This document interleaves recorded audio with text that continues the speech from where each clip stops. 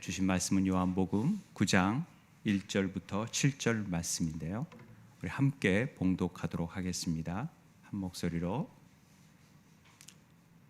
요한복음 9장 1절부터 7절입니다. 같이 봉독하겠습니다. 시작. 예수께서 길을 가실 때에 날 때부터 맹인된 사람을 보신지라. 제자들이 물어 이르되 랍비여, 이 사람이 맹인으로 난 것이 누구의 죄로 인함이니까? 자기니까 그의 부모이니까? 예수께서 대답하시되 이 사람이나 그 부모의 죄로 인한 것이 아니라 그에게서 하나님이 하시는 일을 나타내고자 하심이라. 때가 아직 낮음에 나를 보내신 이의 일을 우리가 하여야 하리라. 밤이 오리니 그때는 아무도 일할 수 없느니라. 내가 세상에 있는 동안에는 세상의 빛이로다.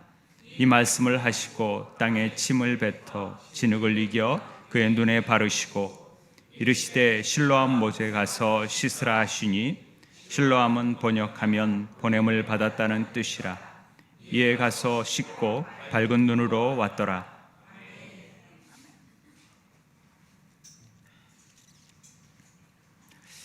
우리가 지금 통독을 요한복음을 하고 있는데, 하나님의 말씀, 특별히 요한복음의 말씀을 읽으면 읽을수록 참 이처럼 놀랍고 또 깊고 말씀 하나하나가 버릴 수 없는 귀한 말씀이다라는 생각이 듭니다.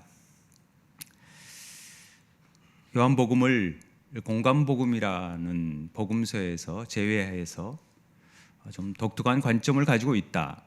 그 독특한 관점이라는 것은 인간의 눈으로 보는 측면이 아니라 하늘의 계시를 받은 요한이 하늘의 관점으로, 영적인 관점으로 바라보는 시각이다. 이런 얘기를 많이 하게 됩니다. 그래서 요한복음이 참 특별한 복음서인 것은 사실입니다. 오늘 여러 가지 말씀 중에서 9절에 있는 말씀, 날 때부터 맹인된 사람을 고친 사건을 통하여서 우리가 잘 알고 있는 본문입니다마는 이 본문이 주는 메시지가 뭔지, 단순히 예수님께서 기적을 베푸신 일이고 병을 치유한 사건인 이면에 더 깊은 하나님의 어떤 의미가 있는지를 함께 말씀을 나누면서 살펴보고자 합니다. 어쩌면 맹인과 같은 저희들에게 찾아오셔서 눈을 뜨게 하시고 참 빛을 비추어 주셔서 구원으로 인도하시는 하나님의 은혜가 오늘도 이 말씀 가운데 있게 되길 바랍니다.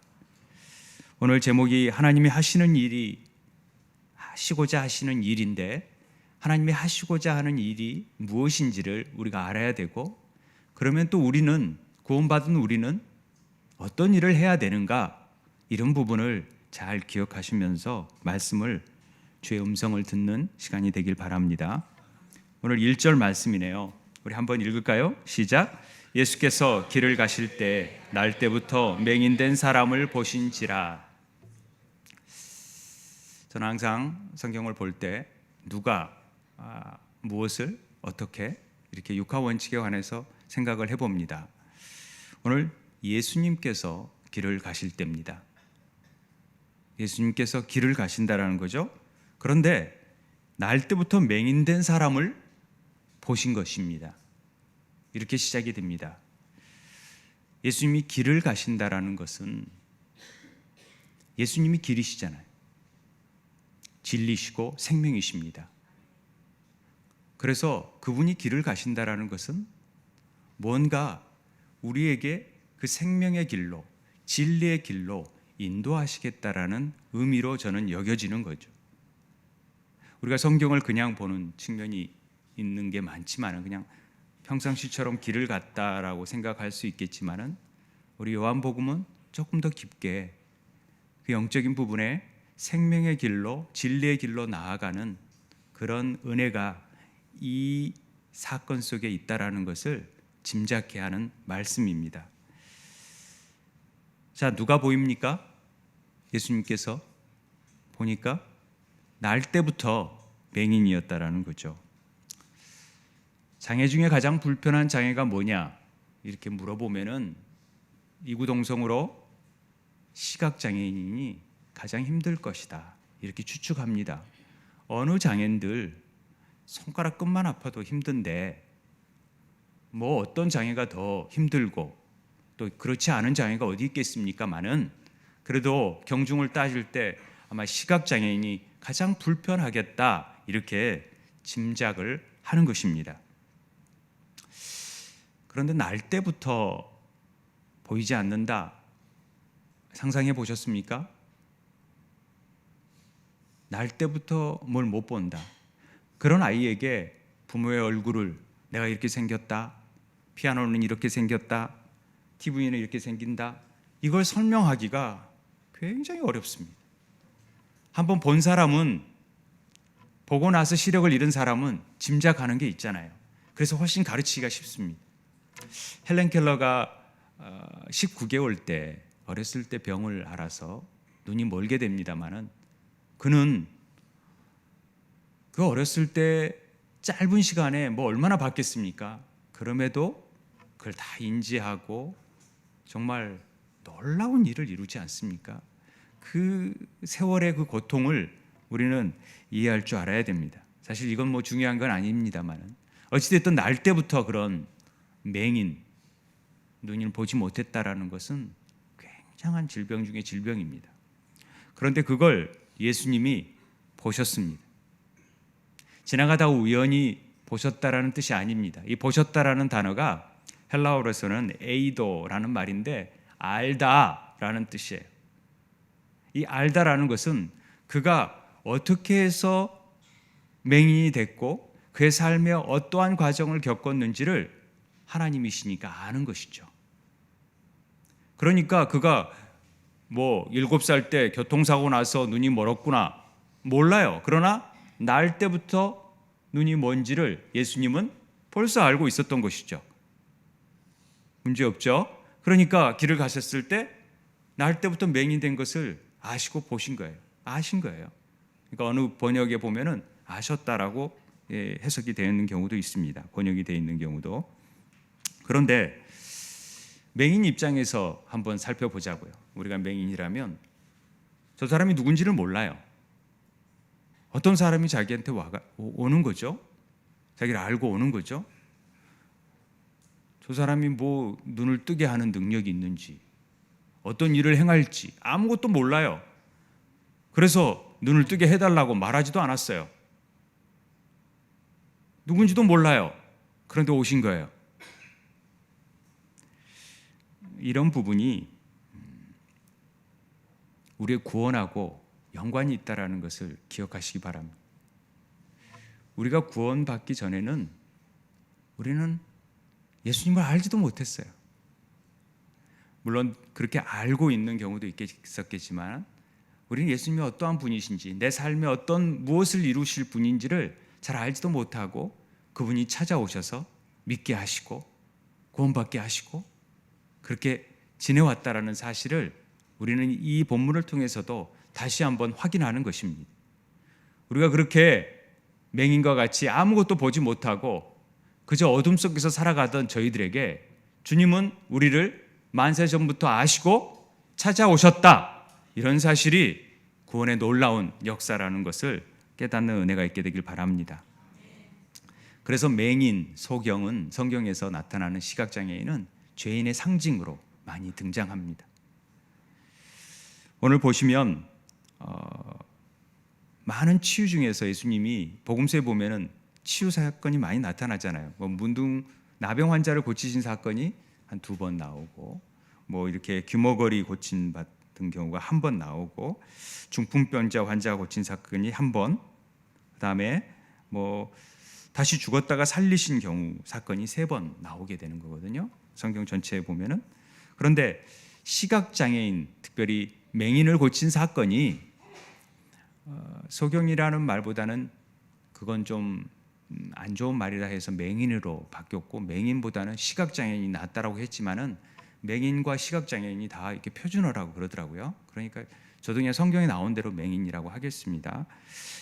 그래서 이 맹인이 나온 경우가 5번이나 기록이 되었다라는 거죠. 왜 이리 강조하면서 이렇게 눈을 뜨는 장면이 나올까? 사도 바울이 예수님을 알지 못했다가 눈이 멀어서 다시 눈이 띄어지는, 눈의 비닐이 벗겨지는 일을 통하여서 그가 하나님의 구원의 은혜와 하나님을, 예수님을 바라보는 사건이 나오듯이 눈이 띄어진다라는 것은 굉장히 중요한 의미를 담고 있다. 이걸 설명하기 위해서 5번이나 강조하고 있다는 것을 기억해 두시면 좋겠습니다. 그래서 성경에서는 맹인의 상태를 영적으로 어두움 가운데 있는 상태다, 이렇게 보는 것이죠. 그런 죄인이다. 그런 자들에게 무엇이 비춰지냐면은 참 빛이 임하는 것입니다. 어두움에. 그러니까 그 빛이 비추니까 어둠이 물러가고 세상이 보이는 겁니다. 하나님 나라가 보이는 겁니다. 이게 구원이라는 것이죠. 그 전에는 아무것도 알지 못했던 사람들이 그래서 어둠 속에서 그냥 살아가고 빌어먹고 거지 같은 인생을 살아가는 존재들이 눈이 띄어지니까 새로운 삶을 살게 되고 새 피조물로 되었다. 이게 지금 요한복음을 통해서 계속되는 메시지인 것입니다. 그래서 그분이 우리의 구원자이시고 길이요 진리요 생명이시다. 그분이 참 빛이시고 그분이 참 생명을 가지고 있고 그 빛 안에는 생명이 있고, 이게 요한복음에서 계속해서 나는 누구냐? 나는 그런 사람이야. 나는 생명이다. 나는 부활이다. 나는 길이다. 나는 진리다. 나는 빛이다. 나는 생명의 떡이다. 나는 문이다. 지금 이 얘기를 계속해서 요한복음에서 하고 있지 않습니까? 그런데 이 제자들이 질문을 합니다. 2절에 제자들이 물어 이르되 랍비여, 이 사람이 맹인으로 난 것이 누구의 죄이남이니까? 자기니까 그의 부모이니까? 이렇게 물어봅니다. 누구 잘못입니까? 맹인이 된 것이? 당시 유대인들은 늘 고난과 불행과 죄의 결과로 이런 일들이 생겨난다고 생각했어요. 우리에게 닥쳐있는 어려운 문제들이 죄 때문에 이런 문제가 생겨났을 것이다라고 여겼죠. 왜냐하면 구약의 내용들을 보면은 그런 경우가 많으니까. 그리고 우리도 그런 구약의 영향을 많이 받아서 사실은 어떤 일이 닥치게 되면은 내가 뭐 잘못한 일이 있나? 이걸 돌아보는 거죠. 이건 참 좋은 일이라고 생각을 합니다. 그 사고가 잘못된 건 아니지만은 모든 문제가 그런 죄의 문제라는 것은 아니라는 것이죠. 물론 모든 인간이 하나님의 형상으로 아름답게 빚어진 인간들이 아담이 죄를 짐으로 말미암아 다 어그러져 있기 때문에 그런 그 죄의 본질 속에서 다 나타나는 많은 죄의 그 열매들이 우리들 앞에 나타나는 것은 사실입니다만은 그래서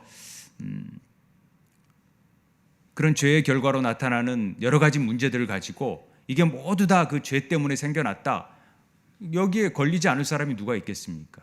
그러나 여기서 말하는 윤리적인 죄들을 얘기하는 거죠. 유대인들이 지금 말하는 것은 너는 그런 죄 때문에 새벽기도 안 나갔기 때문에 너 그렇게 병에 걸린 거야, 이렇게 말하는 것은 굉장히 위험한 일입니다.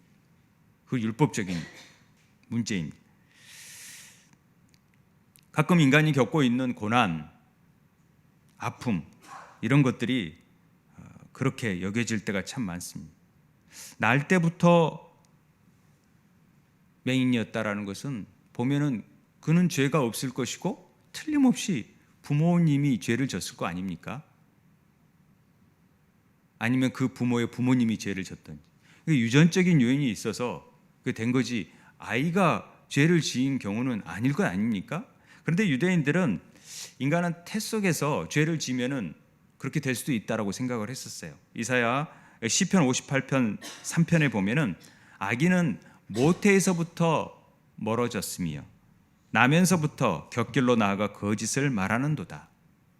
야곱과 이삭이 뱃속에서 다투면서 나옴으로 인해서 유대인들의 관념 안에서는 태에서도 죄를 지면은 그 죄의 벌로 이렇게 소경이 될 수도 있고 그렇다라고는 인식이 깔려 있었어요.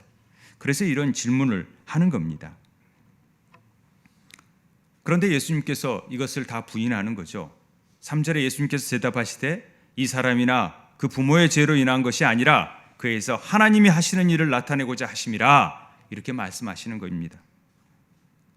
제자들은 부모의 죄일 것이다 라고 여겼을 것입니다. 아기가 뭔 죄가 있겠습니까? 그냥 부모가 죄를 저질렀을 거라고 생각을 하는 거죠.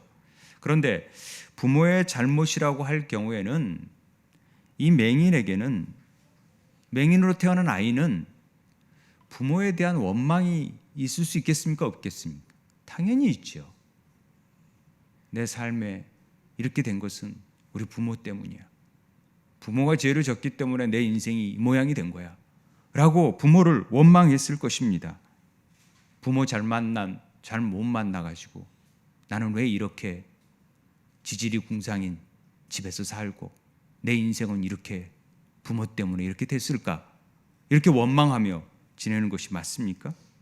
아니지요.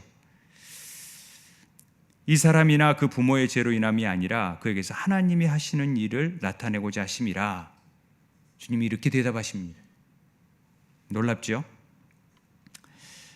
교회 안에서도 이런 고백을 하는 사람들을 제가 많이 봤어요. 우리 부모 때문에, 또 죄 때문에 이렇게 생각하는 경우가 참 많습니다.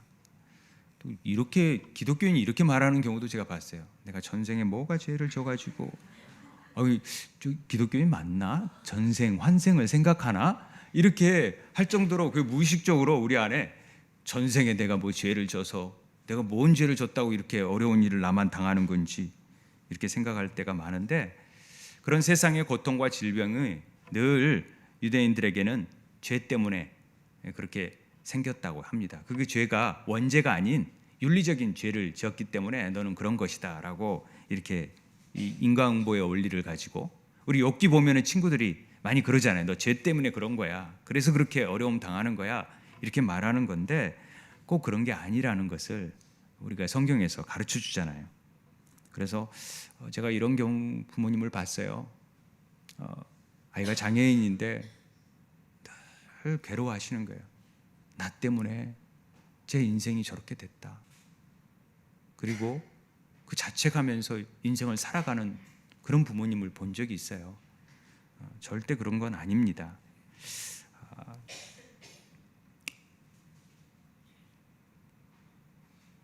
간혹 교통사고가 나가지고 예기치 않은 장애를 받는 경우도 있고요.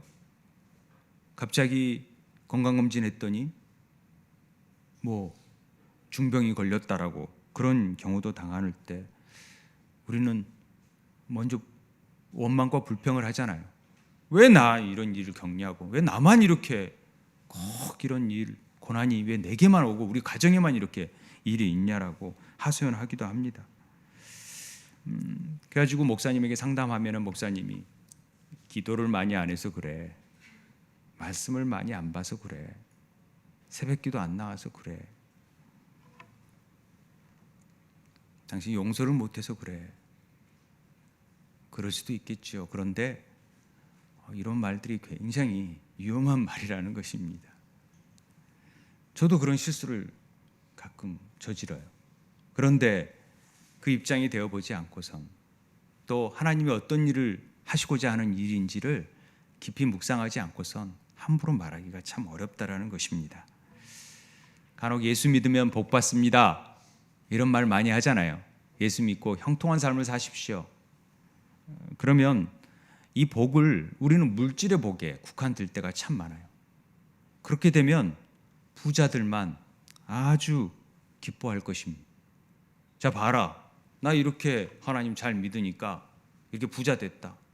그 부자 된 것 자체를 가지고 간증하면서 내가 이렇게 새벽기도 갔으니까, 내가 이렇게 열심히 믿으니까, 내가 11조 이렇게 많이 했으니까 나 이렇게 부자 됐다. 그럴 수 있죠. 틀린 말은 아닙니다만은 꼭 그것만이 아니라는 것을 분명히 알아야 됩니다. 뭐 부자가 다 그런 건 아니겠지만은 부분적으로 돈을 벌기 위해서 못된 짓을 다 해놓고, 그 밑에 있는 사람들 다 아프게 해놓고, 다 세금 포탈해놓고 하나님이 이렇게 나 해서 축복을 주셨다 얘기하면은 그게 진정한 복이겠냐고요. 그건 아니라는 것이죠. 과거에 지은 죄를 다 정당화하면서 난 부자가 됐으니까 하나님이 복을 주셔서 예수 믿었으니까 복 받았다고 이렇게 얘기하면은 안 된다라는 것입니다. 여의도의 모 목사님이 하나님께 책망을 받는다면은 이렇게 기복적인 신앙으로 만드는 것에 대해서는 책망을 받을 것이다 이렇게 말하는 목사님이 있어요. 저는 그 말에 일리가 있다고 생각을 합니다. 목사님의 의도는 정말 그런 거 아니었어도 성도들이 받기에는 그저 물질의 복을 받는 것이 축복받는 일이라고 여겨졌다라는 것이죠. 그건 아니라는 것입니다. 진정으로 복이 뭡니까? 그것은 우리가 영생을 얻는 것입니다. 영원한 생명을 누리는 것입니다. 우리의 죄가 완전히 사해지고 다 십자가에 도말해서 우리가 거듭나고 하나님의 사람으로 된 것입니다. 이게 어찌 돈하고 비교할 수 있겠습니까? 물질의 축복도 우리가 받을 수 있습니다. 그건 부스러기입니다. 비교할 수가 없습니다. 그래서 하박국이 나는 뭐가 없고 뭐가 없을지라도 나 구원의 하나님으로 인하여 나는 주님을 찬양합니다라는 얘기를 할 수 있는 것입니다.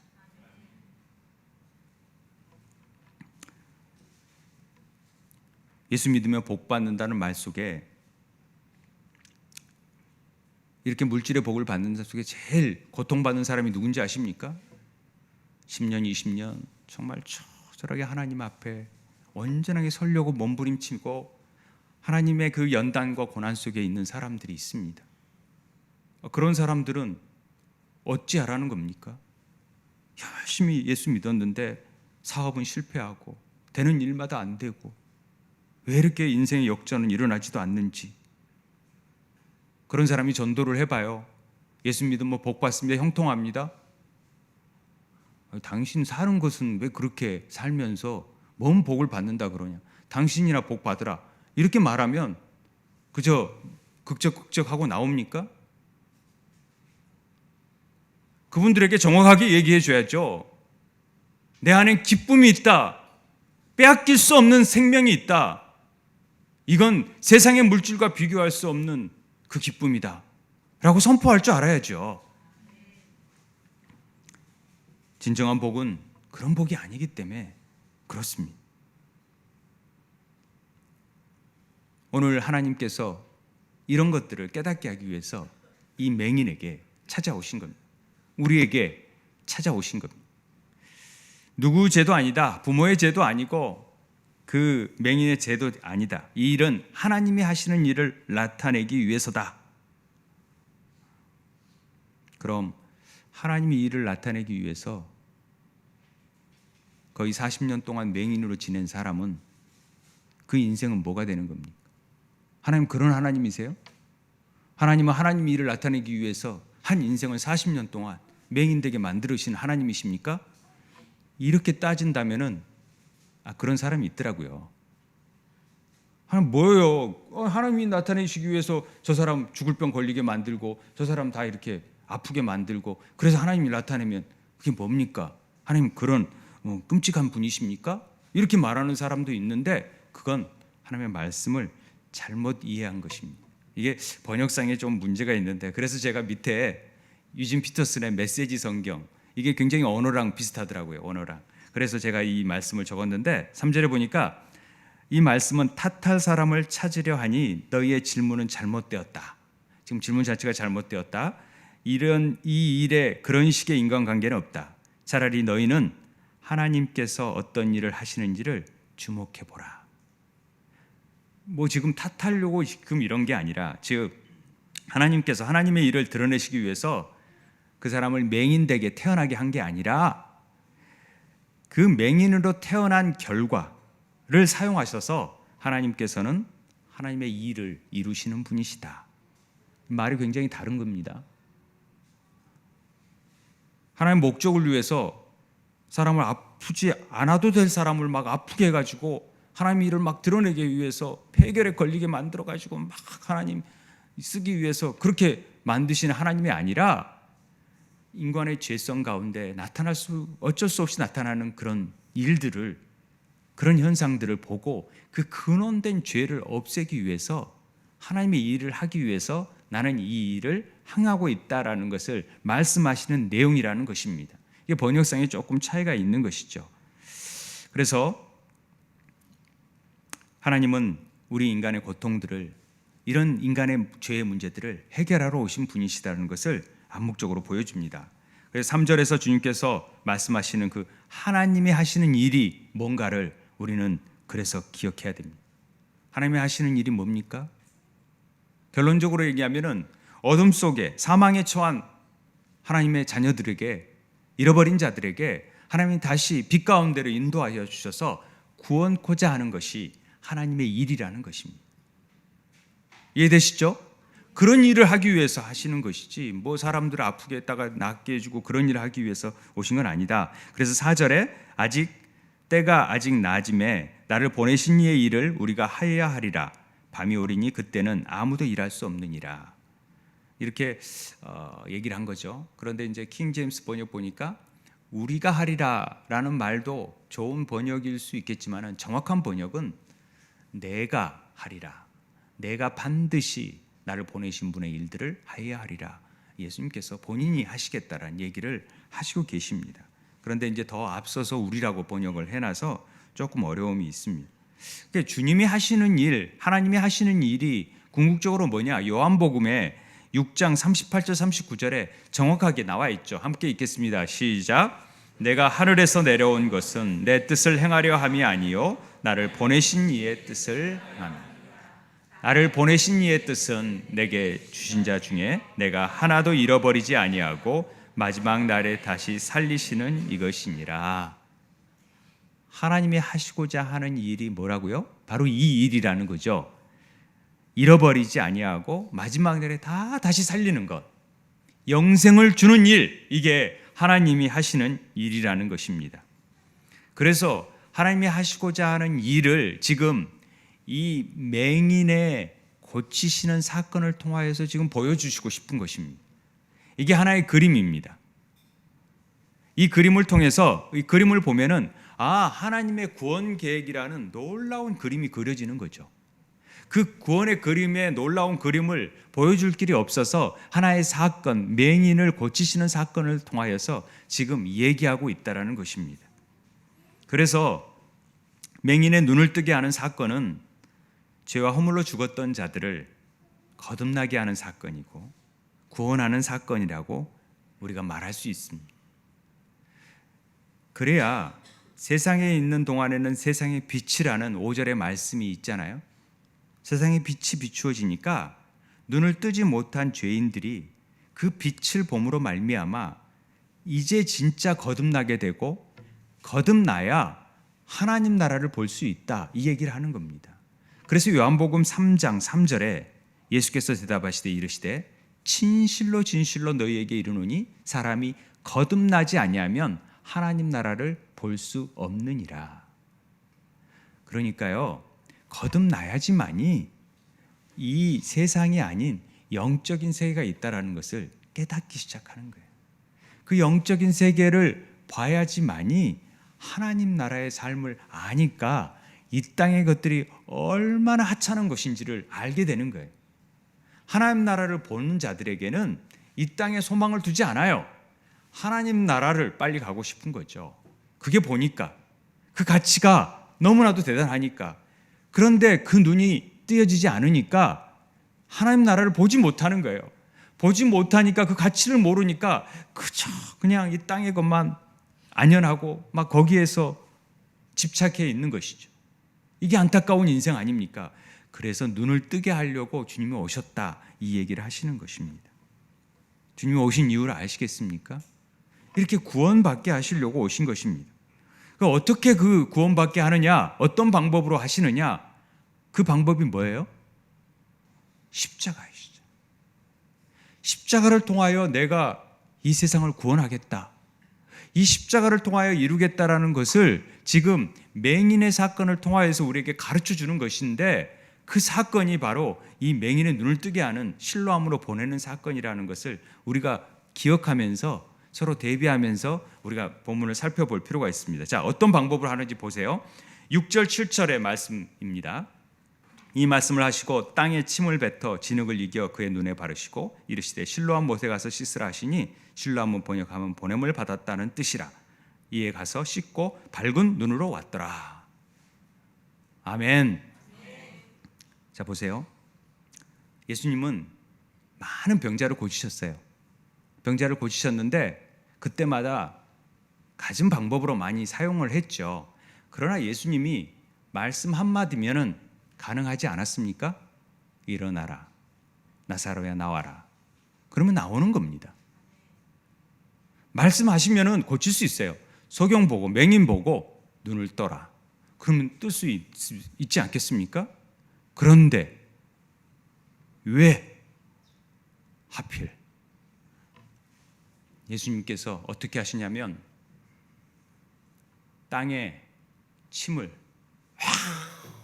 이렇게 뱉진 않으셨겠죠. 그냥 그래도 진흙을 만들려면 침 조금 가지고 되겠습니까? 제가 볼 때는 막 이렇게 침을 많이 만들어 가지고 침을 뱉어야 되지 않겠습니까? 그러면 그게 이제 진흙이 남에 붙이려면 벌써부터 좀 그 비유 상하신 분들이 좀 있는데, 아니 왜 이런 일을 하시냐고요. 주님이 침을 뱉어가지고 그것도 진흙을 막 만들어가지고 그것도 눈에 발라요. 그 맹인이 볼 때 이게 뭐 하는 짓인지 더럽게 진짜 막 이게 뭔지 뭐 침 뱉은 소리가 들리지 그걸 가지고 막 이기는 소리가 들리지 그걸 자기 눈에 붙였을 때 어쩌겠습니까? 왜 이렇게 사건을 이렇게 하시는지에 대해서 의문을 가져야 됩니다. 뭐 제가 많은 주석서를 봤었어요. 요한복음이 나오는 주석서를 쭉 봤는데 보면은 뭐 침의 성분이 놀라운 것이다. 뭐 이런 얘기도 있고 침을 통해서 인격적인 만남, 굉장히 좋은 통찰이라고 생각합니다. 침이 굉장히 성분이 좋은 것 같아요. 효능이. 우리 모기 물렸을 때 침 바르고 부모님들이 이렇게 침 발라가지고 뭐 아픈데 약이 없을 때는 침도 바르고 뭐 된장도 민간요법으로 쓰는 부분에서 침이 굉장히 그 소독제 효과도 있고 그런 것 같아요. 그래서 침을 많이 나오게 해야 건강하다 해가지고 침을 많이 나오게 하는 운동도 이렇게 막 소개되고 그런 것들을 제가 봤는데 그런 것인가요? 그게 그런 것이 아니라는 것이죠. 지금 왜 하나님이 이런 퍼포먼스를 하시는지를 우리는 아셔야 됩니다. 그 이유는 뭐냐면은 주님의 침을요. 제가 어느 한 해석을 하는 책을 보니까 주님께서 나오는 말이 영이죠. 내가 이르는 말이 영이니라. 요한복음에 나오죠. 말이 영이고 말이 생명입니다. 그 말이 나오는 것이 하나의 가시적인 모양으로 나타나는 것이 침이라는 거죠. 사람에게. 그러니까 쉽게 말씀이라고 우리가 생각을 하자고요. 주님의 말씀이고 주님인 거예요. 말씀은 곧 하나님이시니까 본인 자신인 거예요. 그 본인이 이 땅에 침과 같이 버려질, 뱉어질 그런 침과 같이 우리의 인간, 흙으로 지어진 인간 안에 하나님의 영이 부어지는 거죠. 그게 뭡니까? 창세기에서 진흙을 빚으시고 거기에 뭘 넣어요? 생기를 부어넣고, 생기라는 것이 곧 말씀과 같잖아요. 그 말씀을 부어줌으로 인해서 하나님의 사람이 생명이 되잖아요. 그러듯이 하나님이 죄로 말미암아 그 눈이 띄어지지 못한 자에게 하나님이 완전히 자기 자신을 내어놓는 거죠. 침이 되어져 버리는 거죠. 이 땅에 말씀이 육신이 되어서 이 땅에 오셔서 그 침을 뱉음으로 인해서 연합되었다, 하나 되었다, 이런 모습을 보여줄 필요가 있었습니다. 그래서 우리 같은 죄인에게 하나님의 그 말씀이 하나 된 것들이 붙여지는 것입니다. 저는 이 해석이 굉장히 좋다고 생각을 했고 저도 이 부분에 대해서 그렇게 인정을 하게 됩니다. 저주와 심판 속의 죄인들의 대표요 상징인 날 때부터 맹인인 이런 환부에 더러운 저주의 흙과 하나님의 성자의 그 말씀이 결합되어 가지고 진흙이 되어지는 거죠. 그것이 달라지는 것이 우리의 구원이라는 것입니다. 우리 같은 존재에게 하나님께서 그런 가장 높이 계셔야 될 분이, 하나님의 본체이신 분이 낮아져서 성육신하는 것 자체가 이미 낮아진 것입니다. 낮고 낮은 곳에 이 땅에 오셔서 그것도 부족하여서 가장 낮은 곳으로 십자가를 지고 골고다로 올라가시잖아요. 이게 구원이라는 것입니다. 이게 구원이란 하나님 앞에서 나는 눈먼 거지와 같은 자들인데, 그렇게 무력하고 아무것도 할 수 없는 존재인데 하나님이 직접 찾아오셔서 친히 그분이 십자가를 지시듯 자기 몸을 다 내뱉어서 다 우리가 하나 되게 만들어 가지고 연합되어 가지고 우리 안에 새 생명을 부어주기 위해서 새롭게 만드는 역사가 바로 구원이라는 것입니다. 이게 은혜라는 것이죠. 자, 진흙을 발랐으니까 눈이 띄어졌습니까? 눈이 띄어졌어요? 안 띄어졌어요. 실로암으로 가래요. 실로암으로. 실로암은 보냄을 받았다라는 뜻이라. 우리는 하나님께 구원을 받으면 구원을 받은 자들은 반드시 보냄을 받게 되어 있습니다. 구원으로 딱 예수님을 만나서 구원받은 것 같지만은 우리의 인생은 아직도 보여지지 않는 것들이 많아요. 그런데 예수님의 말씀으로 또 우리의 삶 속에서 우리의 가치관으로 덕지덕지 진흙이 되어서 붙어져 있는 것입니다. 이걸 가지고 가는 것입니다. 비천한 죄인의 모습, 누가 봐도 맹인인지 알지만은 거기 맹인이 또 거기에다가 진흙 같은 것을 붙이고 실로암으로 가는 것입니다. 그 모습을 상상해 보세요. 어떻겠는가? 나는 맹인입니다 하고 광고하고 다니는 거죠. 붙여놓고. 사람들이 얼마나 험악한 말을 했겠습니까? 저 뭐야? 왜 저 거지가 또 뭐 눈에다가 저걸 뭘 붙이고 다니지? 왜 저러고 다니지? 저 어디 가는 거야? 이게 손가락질 하지 않았겠습니까? 구원받은 자의 모습들은 그렇습니다. 어찌 보면 우리는 거추장스러운 주님의 말씀이 거추장스러울 때가 있어요. 그리고 말씀이 받쳐서 이런 인생을 살아갈 때 사람들이 손가락질 할 수 있어요. 왜 저렇게 예수 믿지? 왜 저런 모습을 하고 다니지? 왜 저렇게 하고 다니는 거지? 저 어디로 가는 거야? 왜 저렇게 낮은 곳으로 향하여 나아가지? 그런 소리를 들을 수 있습니다. 실로암은요, 예루살렘이 700m 고지에 있잖아요. 그 높은 고지에 있을 때 요새예요, 요새. 누구도 침범할 수 없어요. 그런데 거기에 가장 큰 문제가 물이 없는 거예요. 히스기야 때 이 기온샘에 물을 파잖아요. 아수르의 공격에 대비해서. 제가 예루살렘에 가보니까 이 기온샘이 정말 바위틈을 막 좁아가지고 그 저쪽에서 같이 뚫어가지고 그 당시에 딱 만나게 돼서 샘을 연결해가지고 물이 나오는 게 만들었어요. 그 예루살렘 성 안에. 그게 기온샘이에요. 기온샘. 그게 실로암이죠. 실로암은 가장 예루살렘 안에서 낮은 곳에 있어요. 그러니까 지금 이 보냄을 받는 그 길은 굉장히 낮은 곳으로 나아가는 것입니다. 우리가 구원받은 자들이 가야 될 곳은 높은 곳이 아니라 낮은 곳을 향하여 나아가는 것이죠. 세상의 가장 낮은 자리에 주님은 찾아오셨고 우리를 위하여서 철저히 십자가를 지셨고 발가벗으셨고 조롱과 멸시를 당하셨습니다. 그 주님께서 우리를 이제 어떻게 하냐면 우리의 눈을 뜨게 하기 위해서 우리도 낮은 곳으로 향하여, 그분이 낮은 곳으로 향하셨듯이 우리도 이제 눈을 띄어진다라면은 우리도 당연히 낮은 곳으로 향하여 가라는 것입니다. 실로암은 기온샘의 가장 낮은 곳이니까 가장 낮은 곳에서 무릎을 꿇어야 됩니다. 무릎을 꿇지 않고서는 도저히 눈을 씻을 수가 없습니다. 가장 낮은 곳인데 어떻게 눈을 씻어요? 그러니까 무릎을 꿇고 조롱과 멸시를 당하면서, 그랬지 않겠습니까? 내가 맹인이라면 이건 뭐야? 저 사람이 누군데 나한테 이런 걸 막 붙여? 아, 나 싫어 하고 뛰어버리는 사람도 있었을 거예요. 그러면 주님의 역사가 나타나지 않았습니다.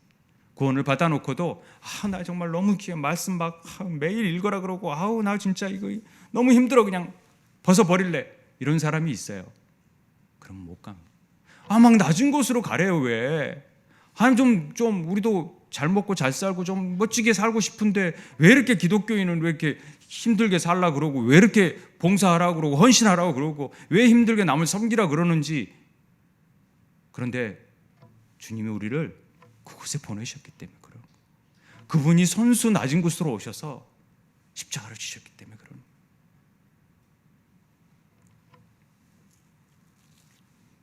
우리는 날 때부터 맹인된 자처럼 예수 그리스도께서 우리를 보내심을 받은 자입니다. 요한복음 17장 18절에 아버지께서 나를 세상에 보내신 것 같이 나도 저희를 세상에 보내었고, 어제 읽었던 말씀 아닙니까?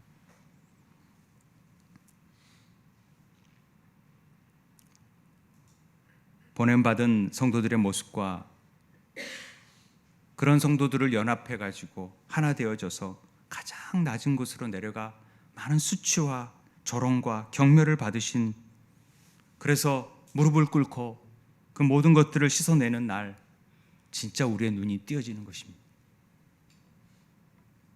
이게 구원이라는 것을 지금 이 맹인의 사건 속에서 우리에게 보여주는 것입니다. 따라서 구원받은 우리도 우리를 위해 처절하게 낮은 자리로 내려가신 예수님을 본받아서 세상의 낮은 자리 가운데서 무릎을 꿇고 맹인됨과 나가 너무나도 연약하고 부족하고 거지 같은 나의 심령을 고백하는 순간, 그리고 그 말씀 앞에 순종하는 순간 우리의 눈은 띄어질 것입니다. 우리는 실로암으로 보냄을 받았습니다. 그래서 자기를 부인하지 않고서는 절대로 자기 십자가를 질 수 없다는 사실을 다시 한번 깨닫게 되는 것입니다. 우리의 눈이 높은 곳을 바라보며 나아갈 때 우리의 영적인 눈은 점점 어두워질 것입니다. 그러나 우리 눈이 낮은 곳을 향할 때 우리의 눈은 점점 밝아질 것입니다. 우리가 불평 없이 살아갈 수 있는 방법은 바로 낮은 자의 모습으로, 낮은 것으로 나아가는 것입니다. 가난해도 어려운 역경 속에서도 열심히 나아가는 모습을 보고 불평을 감사로 바꾸는 삶이 이어질 때 우리의 눈은 띄어질 거라고 믿습니다. 가정에서, 직장에서, 교회 안에서 낮고 천한 자리로 내려가서 나 외에 다른 이들을 섬길 수 있는 우리 세움의 지체들 되길 바랍니다.